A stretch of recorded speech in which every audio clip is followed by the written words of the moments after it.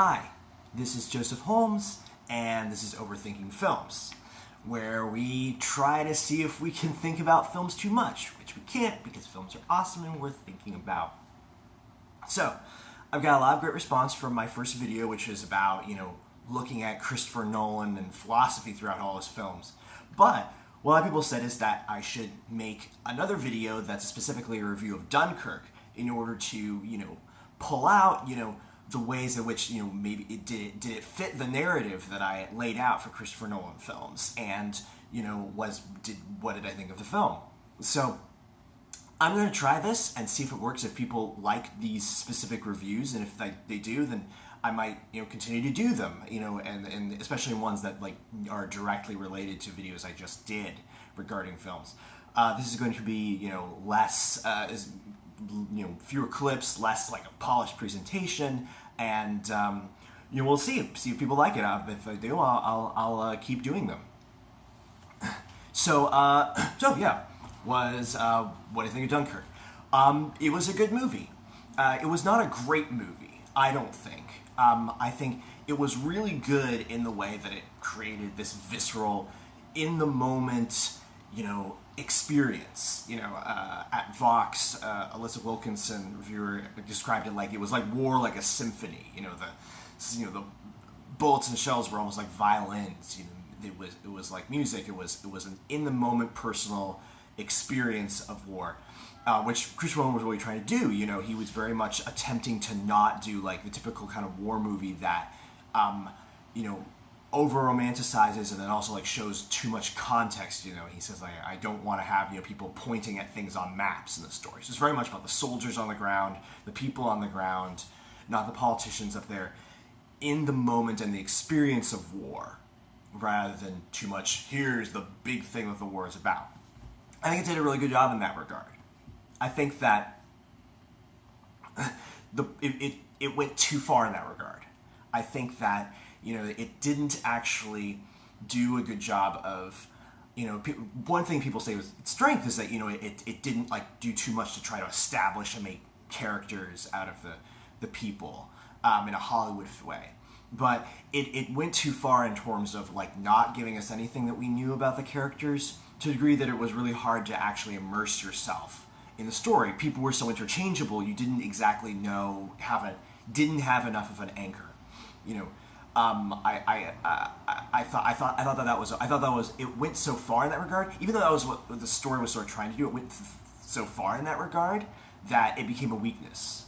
I didn't know at the beginning almost who to follow, and I kind of mistook people for each other.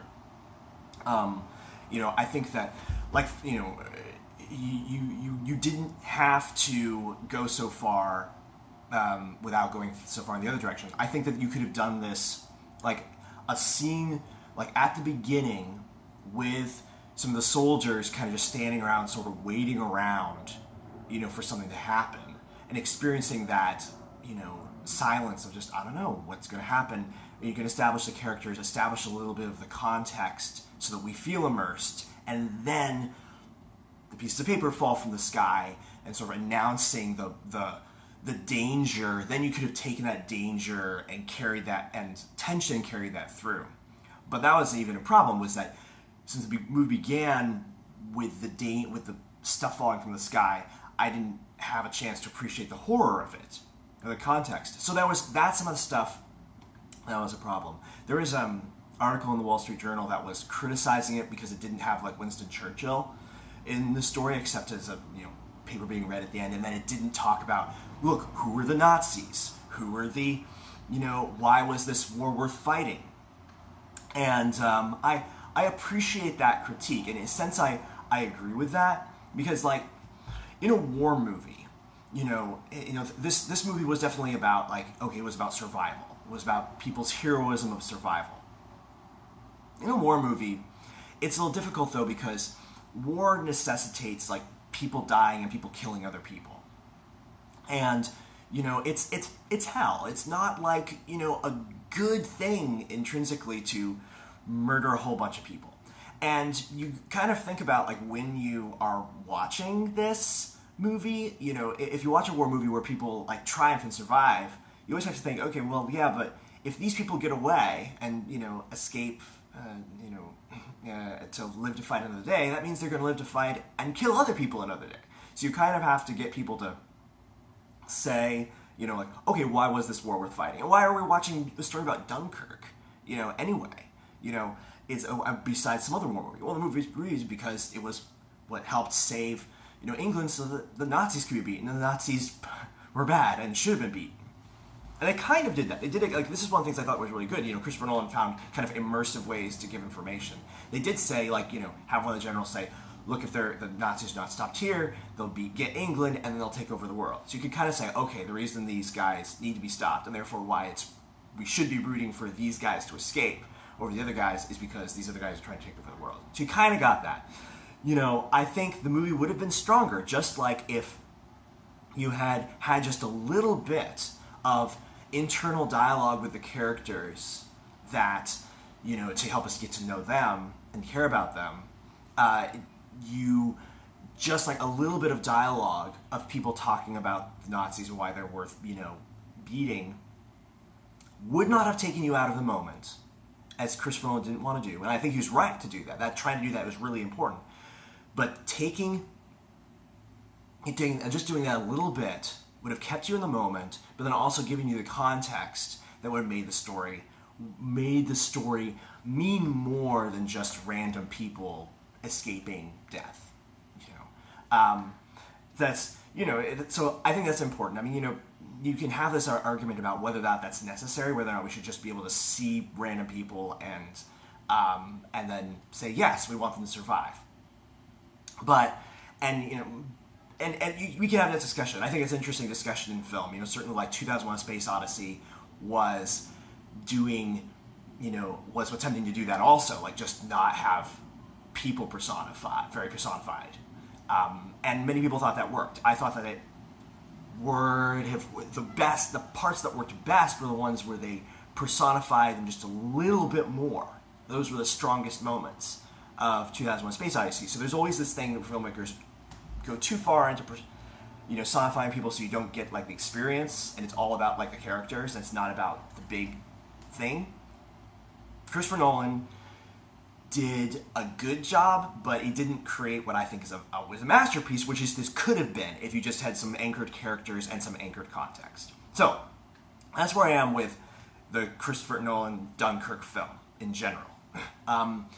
Where does it fit in with, the thesis I put forward last time, that, Christopher Nolan's transitioning as a filmmaker from this idea that life sucks until we tell a good lie about the world in order to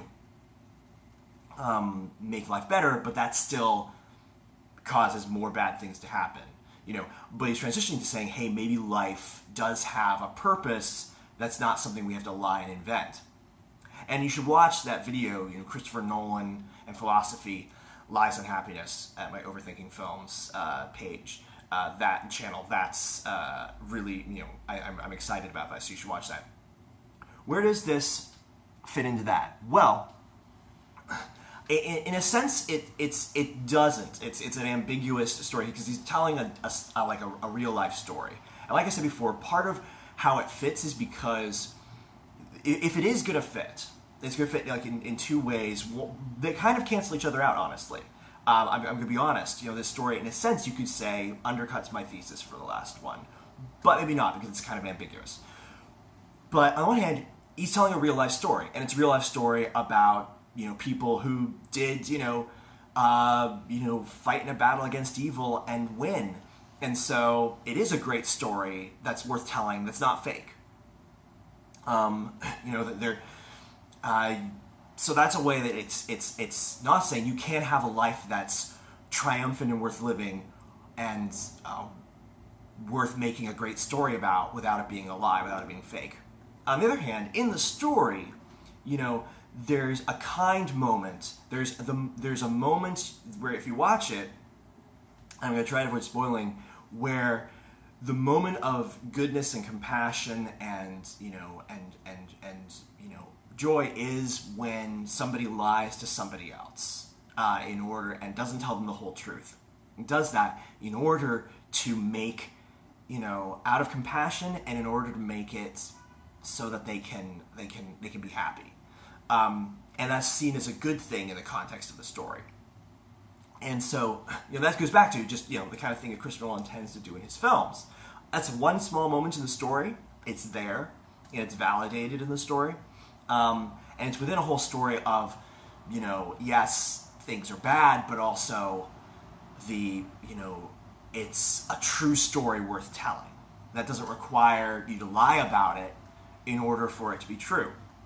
Honestly, I feel like this is a kind of a wash in terms of my thesis. I look forward to seeing where Christopher Nolan goes in later films to see if, making life better requires generally a lie, or if making life worth living requires truth. So I don't know where it's going to go. So I look forward to it. Anyway, that's all the time we have left.